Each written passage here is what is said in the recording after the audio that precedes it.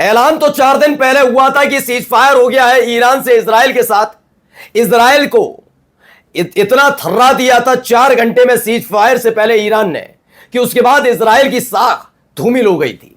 अब एक बार फिर से वही युद्ध छिड़ने जा रहा। आज ताजा तस्वीरें आपको दिखाने जा रहा हूं। एक हिमाकत इजराइल की उस पर कैसे भारी पड़ गई है। इजराइल की उस हरकत का जवाब ईरान ने किस तरह से दिया है। यह सीज फायर का उल्लंघन था जो इजराइल की तरफ से किया गया था, लेकिन ईरान ने कहा कि बख्शेंगे नहीं और वही किया। इससे पहले भी 2 बार, एक बार मिसाइल के जरिए जिसमें फाइटर प्लेन भेजा था और दूसरा ड्रोन के जरिए इजराइल ने इस सीज फायर का उल्लंघन किया था, लेकिन ईरान उस वक्त शांत रहा। उसने कहा बच्चा है भी छोड़ते हैं। लेकिन अब एक बार फिर जब इजराइल की तरफ से ऐसी हरकत की गई तो आज आपको दिखाने जा रहा हूं ईरान ने जो मुंहतोड़ जवाब दिया है, जिसने इजराइल को फिर से थर्रा कर रख दिया। खबर यह सिर्फ नहीं है, खबर यह भी है कि साउथ इजराइल तबाह बरशेवा इलाका, जिसे सीज फायर से मात्र 4 घंटे पहले ईरान ने थर्रा कर रख दिया था, वो बर्बादी के आंसू रो रहा है, क्योंकि अब यमन की तरफ से खास तौर पर उसी शहर पर हमले हो रहे हैं। एक एक तस्वीर, एक एक खबर दिखाने जा रहा हूं और दिखाऊंगा जिस एक कमांडर की मौत पर खुशी मना रहा था, जश्न मना रहा था अमेरिका से लेकर पश्चिमी मीडिया और इजराइल, वो जिंदा निकला तो कैसे सांसें थमसी गई हैं। नमस्कार, मैं हूं प्रज्वल गौतम और आप देख रहे हैं टाइम्स एक्सप्रेस। शुरुआत करने जा रहा हूं, पहले एक तस्वीर गजा से निकल कर आई है। इस वीडियो को जरा गौर से देखिएगा। तो इस वीडियो में एक नजर आता है, एक व्यक्ति चलता हुआ आ रहा है, अचानक से पीछे एक इमारत पर गिरती है मिसाइल और देखिए कितना जबरदस्त ये वीडियो मैंने इसीलिए आपको दिखाया। एक बार फिर से इस वीडियो को देखिए, कितना सिहरन पैदा कर देगा। ये है गजा में हो रहा है। सोचिए अगर यही स्थिति ईरान कर रहा होता अभी तक इजराइल में, तो छाती पीटू कार्यक्रम चल रहा होता।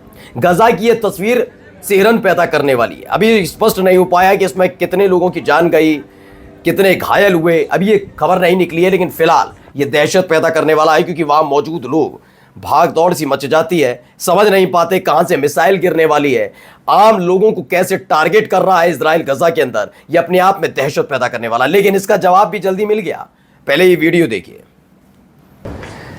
ये वीडियो अपने आप में बहुत कुछ कह रहा है दोस्तों, क्योंकि ये वीडियो निकलकर कहां से आई है, बिल्कुल यो वेस्ट यानी कि पश्चिमी तेहरान से ही तस्वीर निकलकर सामने आई है।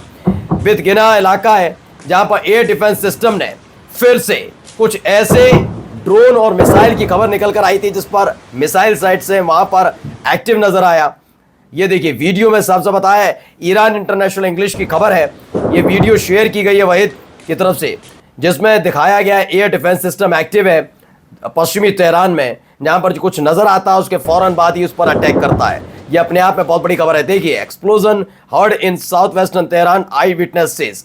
ये खबर निकल कर आई कि वहां पर हमला हुआ है, जिसको लेकर अब तेहरान यानी ईरान में गुस्सा देखने को मिल रहा है। चलिए एक और वीडियो देख लीजिए।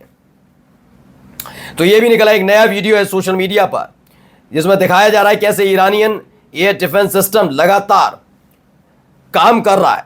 आसमान में संदिग्ध नजर आते ही कैसे उसे मार गिराया जा रहा है। ये अब आप सोचिए क्या हो सकता है, किसकी तरफ से हो सकता है, आप अंदाजा लगाइए। दरअसल मैं पहले भी अपनी वीडियो में बता चुका हूं कि इजराइल ईरान पर हमला नहीं करेगा, लेकिन वो हमला सिर्फ इसलिए कर रहा है कि 1-2 मिसाइल गिराकर, सिर्फ 1-2 मिसाइल कैसे भी ईरान में गिर जाए प्रमुख जगह पर, जिससे थोड़ी बर्बादी उनकी हो जाएगी, उनकी आत्मसंतुष्टि हो जाएगी। क्योंकि सीज फायर के लिए गिड़गिड़ा रहा था इजराइल। ईरान ने कहा पहले मुझे संतुष्ट हो जाने दो। उसके बाद में बरशेवा शहर का नक्शा बदल दिया कि इस तरह से 3 से 4 घंटे गिरी मिसाइलों ने बहुत बर्बादी की, और उसके बाद ईरान ने कहा अब मैं सीज फायर करता हूं। इसके बाद से ही इजराइल की जनता नाराज चल रही है। एक तो तुमने नाक रेगड़ी, और नाक रेगड़ने के बावजूद ईरान माना नहीं और उसने पूरे बरशेवा को के हालात बदल कर रख दिए।